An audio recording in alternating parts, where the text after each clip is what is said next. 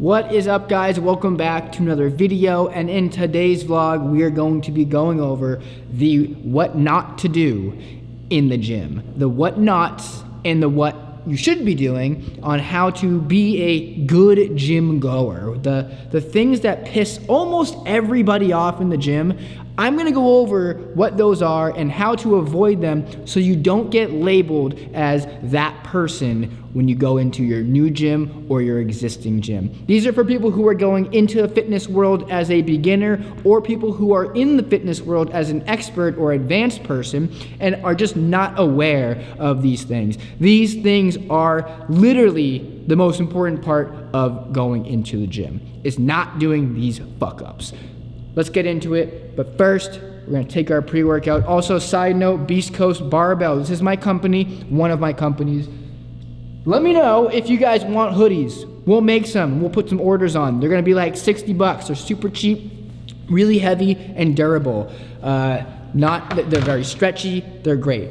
Pre-workout time, we're taking the best stuff. Energize, pre-workout.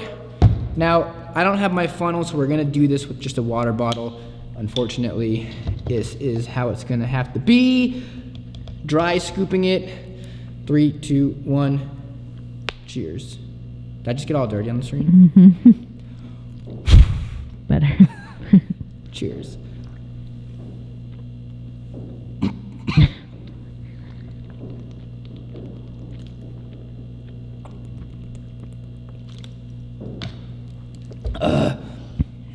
All right. Let's go kick back. Let's go kill back. One of the biggest don'ts in the gym is to set a tripod up in the middle of the gym floor, which can interfere with everybody else's workouts and exercises. It's rude and disrespectful. Now, I can do it though, because I'm in a private gym where there's only my wife and I in the gym, so I have pretty much free reign. But when there are other people in the gym, we don't do this. So let's get into back.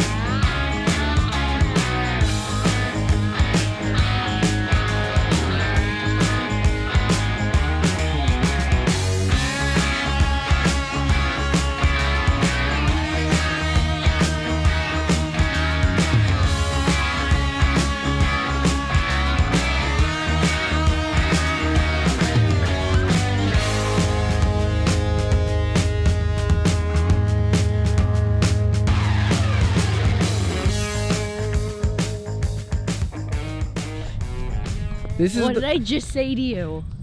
And that's going in the video.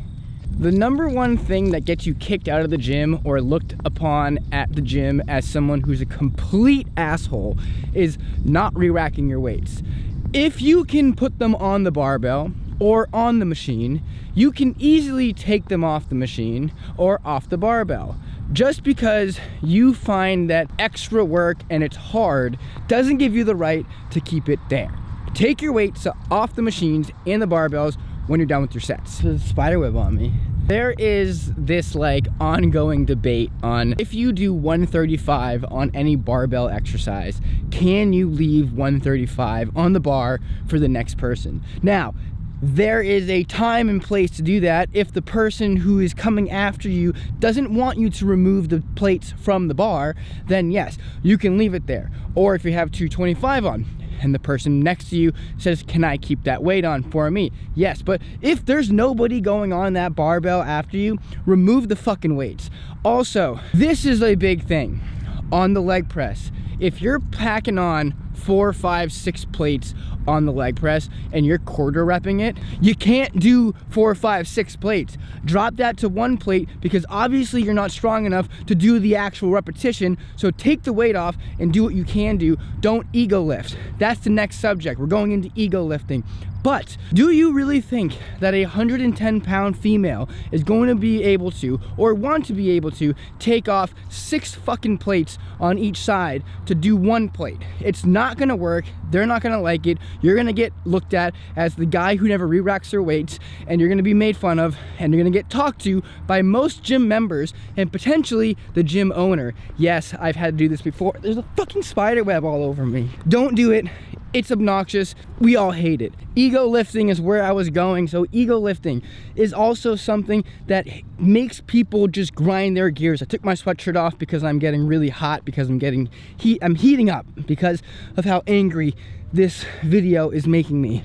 Ego lifting is one of those things that makes people just cringe, because do you really think people are going to care if you are curling 120 pounds?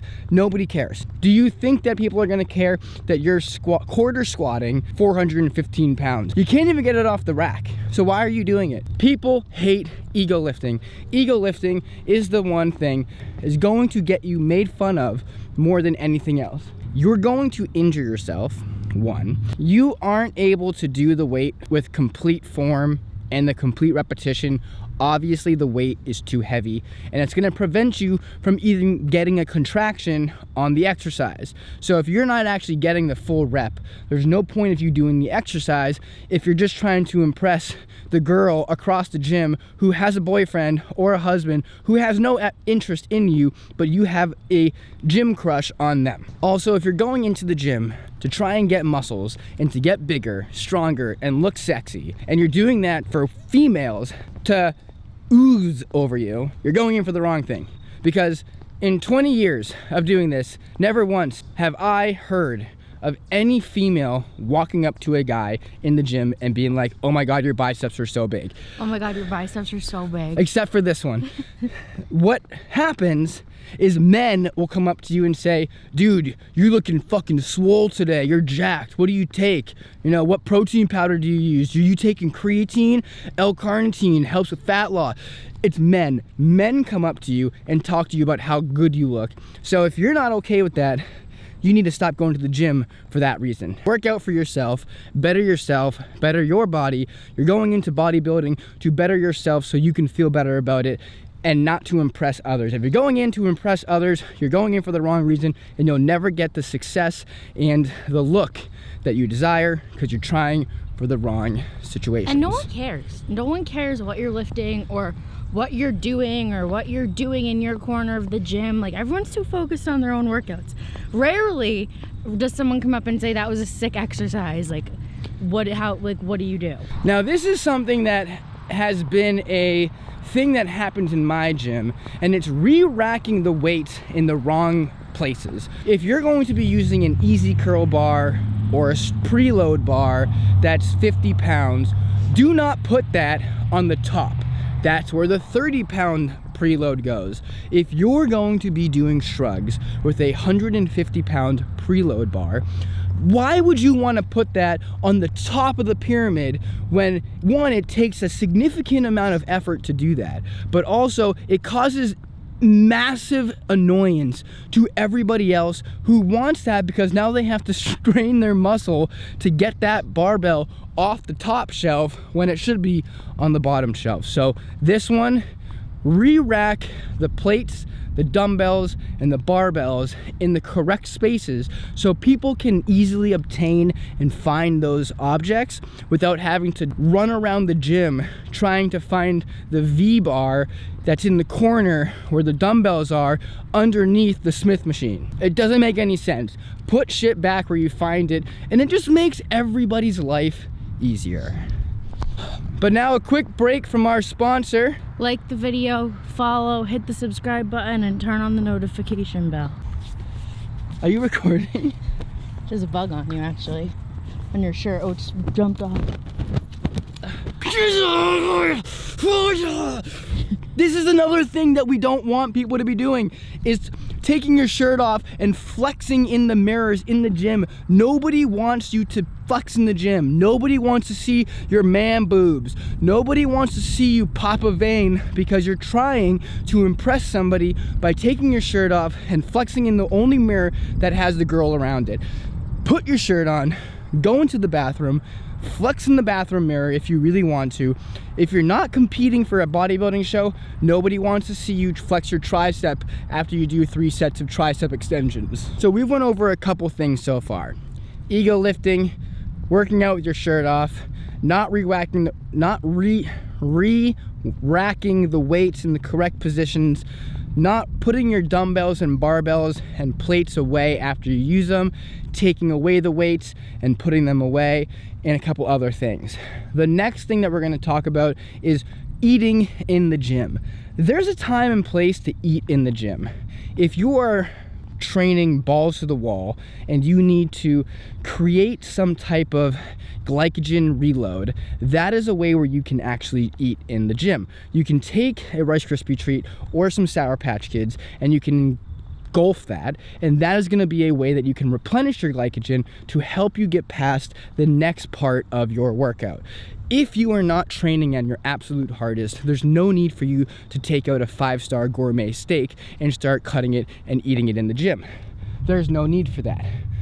Sugar is going to be your best friend in those situations and in those scenarios. The other option that you can do is take a Carbolin. Carbolin is a powder that has usually a flavor that you can consume within 30 seconds, and that can also replenish your glycogen levels. There's no need to have a protein shake mid-workout. There's no need to be eating a protein bar mid-workout. There's no need to be eating during your workout because you're supposed to be fucking working out. The last tip that we are going to go over, this is crucial. This is the top of the line, the best for last.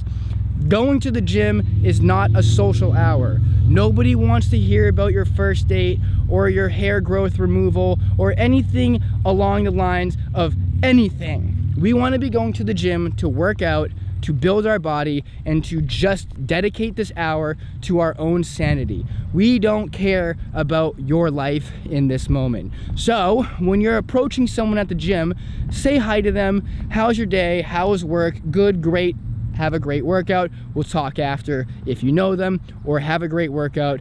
Thanks for giving me like a bite of your fucking protein bar. Do not have a conversation that lasts more than 5 minutes or even 3 minutes. Just go to the gym, work out, go home.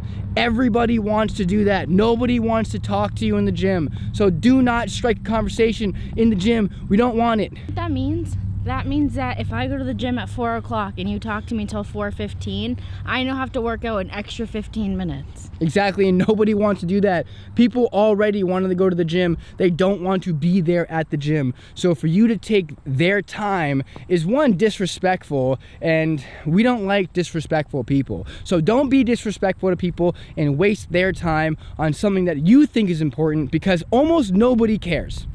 And that's the final tip. I hope you guys have enjoyed these tips and tricks on how to become a better gym person and the do's and don'ts of what it means to be a gym goer. The things not to do and the things to do. We didn't really talk about the things to do. That'll be in my next video. But I want to thank you all for stopping by today's video. It means the world to me. It means the world to my wife.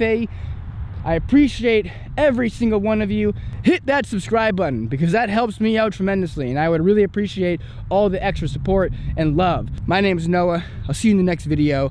Peace out. Bye.